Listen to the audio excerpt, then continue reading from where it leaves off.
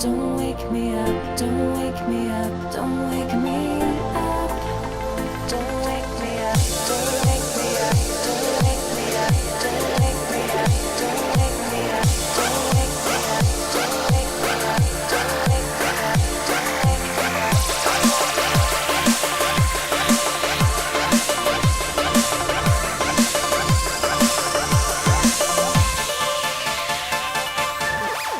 Hey, what's up, what's up? My name is Chico, as you can probably see. Today I want to talk about how to play Domination. I know, you've heard and seen this a million times. Even I am surprised that this has to be said. But I cannot believe how many pub players don't know how this is executed. They know to capture 2 flags and leave the third alone, and then they proceed to take a stroll around the map. Anyway, this was brought about by 3 straight days of playing against other tryhard teams in pubs, and we have clueless randoms in our team who do not seem to know that they are playing a game called Domination. Man, it's stressing, but I welcome the challenge. Pub stumping all the time does take a toll on your skill. Not that I am super skilled, I just think I can hold my own. Neither am I a pub star. I'm just saying that you get better when you play against skilled guys. I imagine this is how it's gonna be with Black Ops 2's league play. Alright, so first off, I'm gonna talk about Domination in pubs, as in public matches, as it is a whole different game on the real competitive and professional levels. And no matter how skilled you think you are, when you go against a full team who knows what they are doing, it's going to be difficult to win if you just run around the map killing people. This isn't team deathmatch. Play the freaking objective. You don't just capture flags and forget about them, you have to defend them as well. It says right there in the beginning of every match. You also can't just stare at the flag all the time, because then you will just get killed.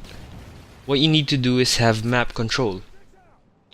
Most of the time that means having 2 flags and leave the last flag alone. But sometimes, if your team doesn't know what to do in Domination, map control can easily be stolen even though the other team only has 1 flag. If that happens, the situation can be turned around really fast. Map control means a lot of things. It's knowing where the enemy team will be coming from and having the gunfight advantage if and when they do come. I like to think of Domination maps as having 3 zones, 1 for each of the flags. Map control means owning 2 and only 2 of the 3 zones, leaving 1 zone for them to spawn from. If you only had 1 flag before having map control, now you can safely capture another flag and have 2. So in a sense, map control in Domination is more important than having flags. You don't just jump right into the B flag in the middle of a match, although sometimes that is what's necessary for the situation. You first control the area, meaning you clear bad guys, and fend them off because, like in MW3, players spawn near the last flag that they captured, until you push their spawn away into their first flag, then capture that second or B flag. Does that make sense? I hope I'm making sense so far. Because of spawn logic, wherein you spawn near the last flag your team has capped, or near the flag that you own, it is easier to gain and keep map control when your team is trying to take control of 2 flags that are close to each other, which is most of the time is either the A or C flag and the B flag.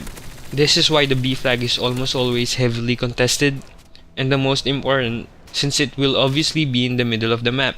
It is kinda like American football. Domination is territorial. Let us now move on to defending flags, where most people fail.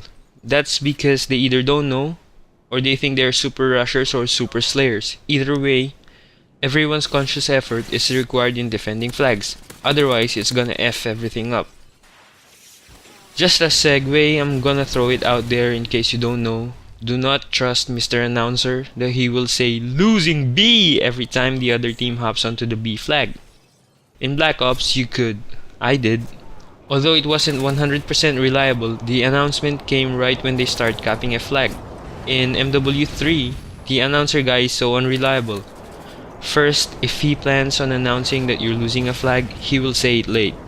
Second, I found he doesn't announce that you're losing a flag as often as Black Ops 1's Mr. Announcer would.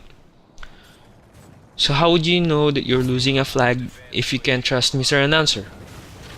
You look at the flags.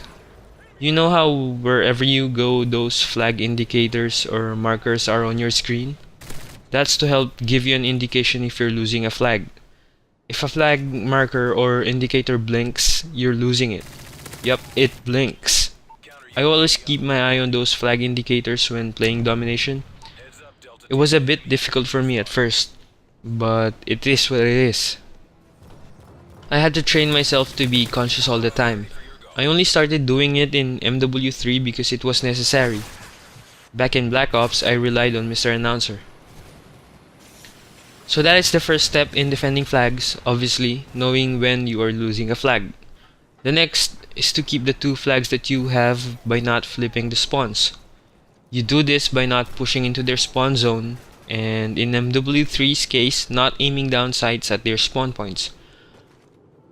I mentioned earlier that domination maps have 3 zones, one for each of the flags. The division of those zones are invisible lines that you shouldn't cross so the spawns won't flip. Those invisible lines are difficult to explain, but that is learned through experience. This is important because if the spawns flip, your teammates that are trying their best to defend flags get shot in the back. Then flags are stolen, then your team starts spawning at the enemy's only flag and the situation is reversed. Leaving that last flag and zone alone means you will more or less know how and where the other team will be spawning and coming from. Then you should just wait for them to come to you. I did not say sit in a lonely corner and wait for them to come to your line of sight. I meant that this is the perfect opportunity to arrange your gunfights in your favor. Like you having the higher ground or you seeing more of them than they can see you. I know that it is so difficult to fight the urge to just go wrecking the other team since you know where they will be coming from. Really, I know. But keep in mind that you are executing this because you are playing against a team who knows what they are doing. So lone wolfing it will most likely be suicide anyways. And this might cost your team the win. You have to have the discipline to maintain the defense. I do not care about your KD ratio. You shouldn't care about yours too when playing good competition because at the end of the match, only the win matters. Professional play isn't judged by kills and deaths, it's the W at the end of the match. Also, Call of Duty players are like sharks. If they smell blood, if you let them take map control and reverse the situation, they will not hesitate to do this to you, and they will bite.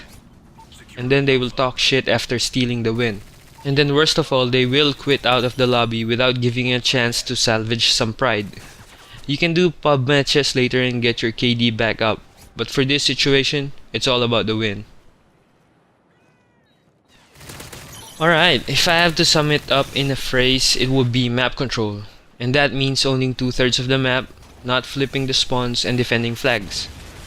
And let me just stress that this is done only when playing against teams of tryhards. And there's nothing wrong with trying hard to win. It's just that they will not hesitate to do this to you if you don't do it to them. Trust me. They will use stack inserts, portable radars, RPGs, and C4s right when you try to capture a flag. I'm sorry, but that's just how it is. If you're playing against not very skilled players, just go ahead and play however you like, however aggressive you like. You have to know the difference. You can't try hard all the time. You also can't run around like a headless chicken all the time. Also, this obviously doesn't apply to professional or game battles play. I am in no way a pro, unlike the hundreds others that claim to be lol. But the reasoning is that in real competitive play, there is a spawn delay when you die, and that matches are kept on a timer, then switching sides afterwards, and whoever gets most points wins. So 3 capping is done whenever possible. Plus none of the BS in pubs are seen competitive, so yeah.